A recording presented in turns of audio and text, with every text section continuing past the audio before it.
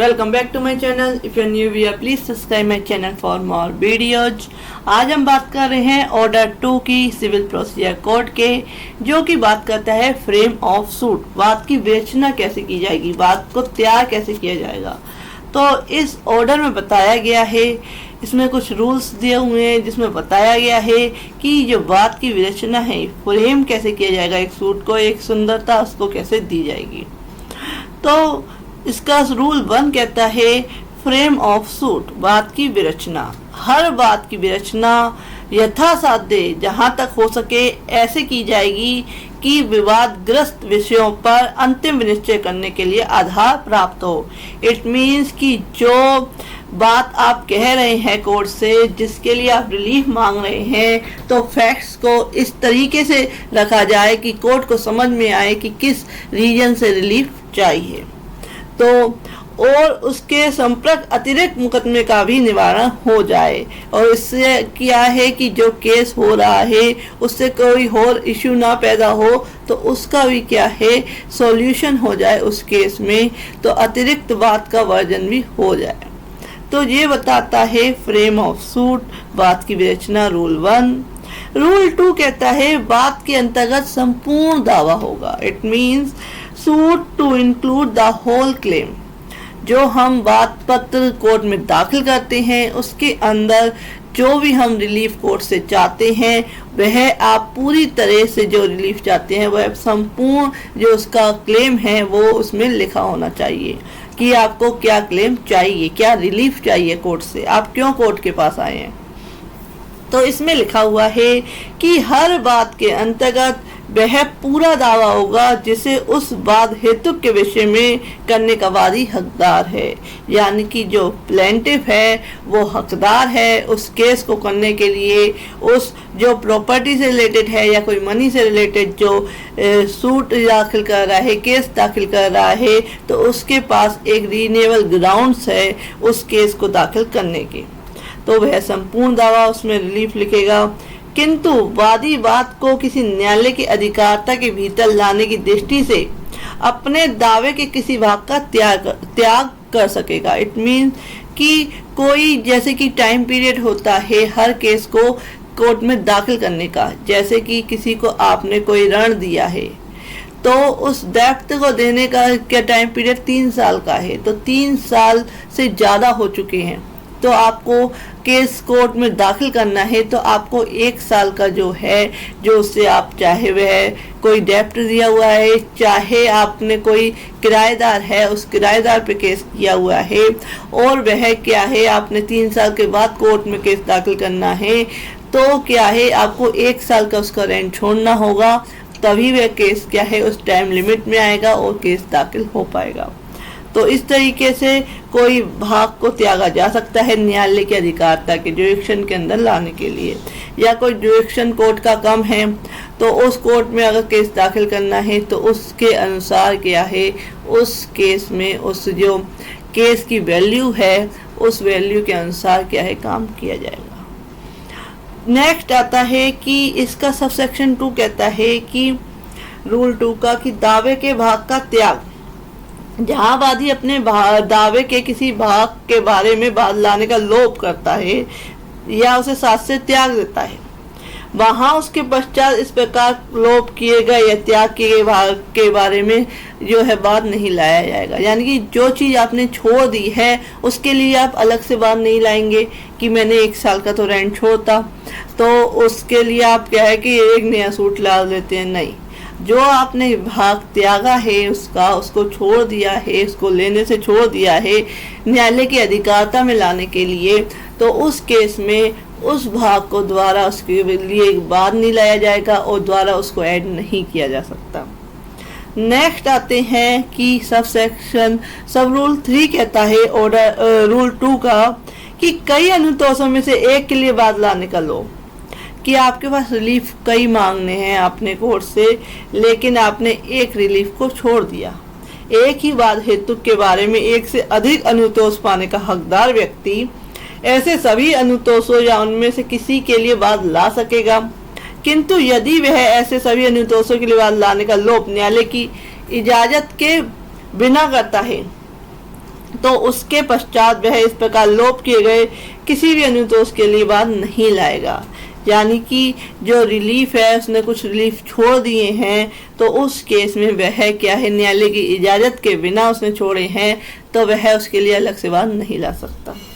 तो ये हो गया कि बात के अंतर्गत संपूर्ण दावा होगा, हर तरह की बात उसमें रखी जाएगी और जो रिलीफ आप चाहते हैं कोर्ट से कि आप कोर्ट पे क्यों आए हैं, तो सारा रिलीफ उसमें लिखा जाएगा।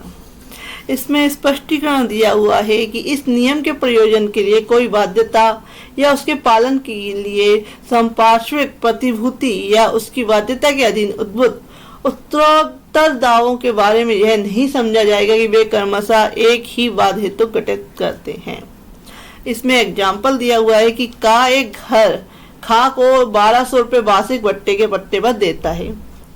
सन 1905, 1906 और 1907, जैसे मैंने आपको पहले एग्जाम्पल के थ्रू समझाया कि 1905, 1906, 1907 इन सभी पूरे वर्षों का भातक सौदे हैं। यानी कि जो बंदे ने क्या है, एक को किराए पे क्या है 1200 रुपये के किराए पे एक घर दिया है और उस किराएदार ने क्या है 1905, 1906, 1907 तक का क्या है जो किराया है वो नहीं दिया है। का सन 1908 में क्या है खा पर केवल सन 1906 के भाटक के लिए वाद लाता है। का के ऊपर खा के ऊपर का उसके पश्चात 1905 और 1907 के शोधक भाटक के लिए वाद नहीं लाएगा। इट मीन्स कि जो टाइम पीरियड है वो ख़त्म हो चुका है, 3 साल का टाइम पीरियड होता है। तो 3 साल में मैं जो क्या है 1905, 1906, 1907 में तक केस लाना था वो 1908 में केस लाता है और किसके लिए लाता है, खाली 1906 के लिए। तो वह क्या है बाद में ये नहीं कर सकता कि जो 1905 उसने छोड़ा और 1907 का जो किराया छोड़ा वह उसके लिए अलग से लेके आए, उधर अलग से केस कोर्ट में दाखिल करे, तो ऐसा नहीं कर सकता। नेक्स्ट आते हैं इसका जो रूल है, एक सेकेंड, नेक्स्ट आते हैं बाद हेतुकों का संयोजन, joinder of cause of action. यानी कि जो बाद हेतुक हैं, जो इश्यू पैदा हुए हैं उनका संयोजन करना, उनको क्या है ज्वाइन कर देना। तो उसके सिवाय जैसा अन्यथा बंधित है, वादी उसकी प्रतिवादी या संयुक्ता उन्हीं प्रतिवादियों के विरुद्ध कई वाद हेतुक एक ही वाद में संयोजित कर सकेगा। जो वादी है प्रतिवादी है या संयुक्ता उन्हीं प्रतिवादियों के विरुद्ध अंगेंस्ट क्या है कई वाद हेतुक एक ही वाद में संयोजित कर सकता है। कई जो है इश्यू क्या है एक ही वाद में ज्वाइन कर सकता है। और ऐसे वाद हेतुक रखने वाला कोई भी वादी जिसमें वे उसी प्रतिवादी या संयुक्ता उन्हीं प्रतिवादियों के विरुद्ध संयुक्ता हितविरुद्ध हो, इंटरेस्ट हो उस पे, तो ऐसे वाद हेतुकों को एक ही वाद में संयोजित कर सकेंगे। तो उसमें क्या है एक ही वाद में उसको संयोजित किया जा सकता है। सब रूल 2 कहता है रूल 3 का कि जहां वाद हेतुक संयोजित किए जाते हैं वहां बात के संबंध में न्यायालय की अधिकारता संकल्पित विषय वस्तु की उस रकम या मूल्य पर निर्भर होगी जो बात के संसित किए जाने की तारीख पर है। तो जो न्यायालय की अधिकारता है उस बात की जो विषय वस्तु है उसकी क्या रकम है, क्या उसकी मूल्य है उस केस को, तो उस पर उसकी अधिकारता पर निर्भर होगी कि बात संसित करने की तारीख पर जो है संकल्पित है। नेक्स्ट आता है रूल 4। रूल 4 कहता है only certain claims to be joint for recovery of immovable property. स्थावर संपत्ति के प्रत्युत्तर के लिए केवल कुछ दावों का संयोजन किया जाएगा। जो इमूवेबल प्रॉपर्टी है उसके लिए कुछ दावों का ही क्या है जॉइंट किया जा सकता है। क्या है, जब तक कि न्यायालय की इजाजत ना हो स्थावर संपत्ति के प्रत्युत्तर के लिए बाद में निम्नलिखित के सिवाय कोई भी वाद हेतु संयोजन नहीं किया जाएगा।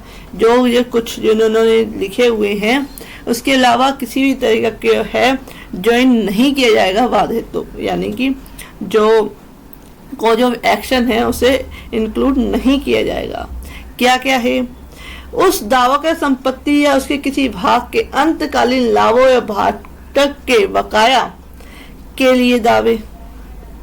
नेक्स्ट है कि जिन संविदा के अधीन वह संपत्ति या उसका कोई भाग धारित है उसके भंग के लिए, नुकसानी के लिए दावे।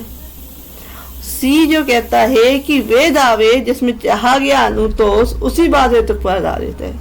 तो इस तरीके के क्या है ज्वाइन किए जा सकते हैं, परंतु इस नियम की कोई भी बात के बारे में यह नहीं समझा जाएगा कि यह पूर्वबंध या मोचन के किसी बात में के किसी भी पक्षकार को यह मांग करने से निवारित करती है, रोकती है कि बंधक संपत्ति का उसे कब्जा दिलाया जाए। तो ये इसमें क्या है परंतुक लगाया गया है। नेक्स्ट आते हैं रूल 5 ऑर्डर 2 का, जो कि कहता है निष्पादक, प्रशासक और वारिस द्वारा या उसके विरुद्ध दावे। क्लेम बाय और against executor, administrator and hairs. किसी निष्पादक, प्रशासक या वारिस द्वारा या उसके विरुद्ध उसका उस हैसियत से लाया गया कोई भी दावा व्यक्तिगत रूप से उसके द्वारा या उसके विरुद्ध लाए गए उस दावे से जब तक संयोजित नहीं किया जाएगा, जब तक कि अंतिम वर्णित दावों के बारे में यह अभिकथन ना किया गया हो कि वे उस संपदा के बारे में पैदा हुए हैं जिनके बारे में निष्पादक, प्रशासक और वारिस की हैसियत से वाद लाया गया है या प्रतिवादी पर वाद लाया गया है, या जब तक कि अंतिम वर्णित दावे ऐसे ना हो जिसके लिए वह उस मृत व्यक्ति के साथ जिसका वह प्रतिनिधित्व करता है संयुक्त हकदार या दायी था। तो इस तरीके से जो प्रशासक है, निष्पादक है या वारिस द्वारा या उनके विरुद्ध दावे किस तरीके से की जाएंगे, ये सारा कुछ इसमें इंक्लूड किया गया है। नेक्स्ट आते हैं रूल 6 कहता है ऑर्डर 2 का कि पृथक विचारणा का आदेश देने की न्यायालय की शक्ति।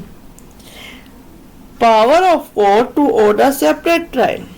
जो कोर्ट क्या है सेपरेट ट्रायल के लिए क्या है ऑर्डर कर सकती है। जहां न्यायालय को यह प्रतीत होता है किसी एक ही बात में बात हेतुओं के संयोजन से विचारण में उलझन या विलंब हो जाएगा, यानी कि जो बात हेतु जो एक्शन जो जोड़े गए हैं उससे क्या है अगर वो संयोजन उनको एक साथ जोड़ दिया जाएगा तो कंफ्यूजन हो सकता है, विलंब हो सकता है। तो उस केस में वह क्या करेगा, अलग से सेपरेट ट्रायल के लिए ऑर्डर कर सकती है कोर्ट। ये बताया गया है रूल 6 ऑर्डर 2 का। नेक्स्ट बात करते हैं कि कुछ संयोजन के बारे में आक्षेप। ऑब्जेक्शन एज टू मिसजॉइंडर, कि गलती से किसी व्यक्ति को जोड़ दिया गया है उसके बारे में ऑब्जेक्शन कोई करना है तो उसके बारे में बताता है रूल 7 कहता है बाद हेतुओं के कुसंयोजन के आधार पर सभी आक्षेप यथा संबंध शीघ्रतम अवसर पर किए जाएंगे। यानी कोई भी आपने आक्षेप करना है, ऑब्जेक्शन करना है मिसजॉइंडर के लिए तो आपको जल्द से जल्द करना होगा।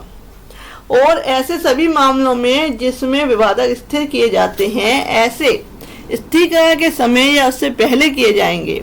जहां इश्यू क्या है बनवाए जाते हैं, फ्रेम किए जाते हैं किसी केस में, और इश्यू के बाद ही क्या होता है उस केस को डिसाइड किया जाता है। उन इश्यू पे उन विवादकों के आधार पर कोई केस डिसाइड किया जाता है। तो उस केस में विवादक बनने से पहले कोई ऑब्जेक्शन है मिसजॉइंडर का तो आप ऑब्जेक्शन कर सकते हैं। अगर आप उसके बाद करते हैं तो उसको क्या है जो है उसको अप्लाई नहीं किया जाएगा। तो ये बताया गया है रूल 7 ऑर्डर 2 का। तो ये कंप्लीट हो गया ऑर्डर 2 सिविल प्रोसीजर कोड का। अगर आपको मेरी ये वीडियो पसंद आई है तो इसे लाइक करें, शेयर करें, अपने फ्रेंड्स से ग्रुप में शेयर करें और मेरे चैनल को सब्सक्राइब करना ना भूलें। फ्रेंड्स नेक्स्ट वीडियो में बताऊंगी order 3। Thank you for watching this video.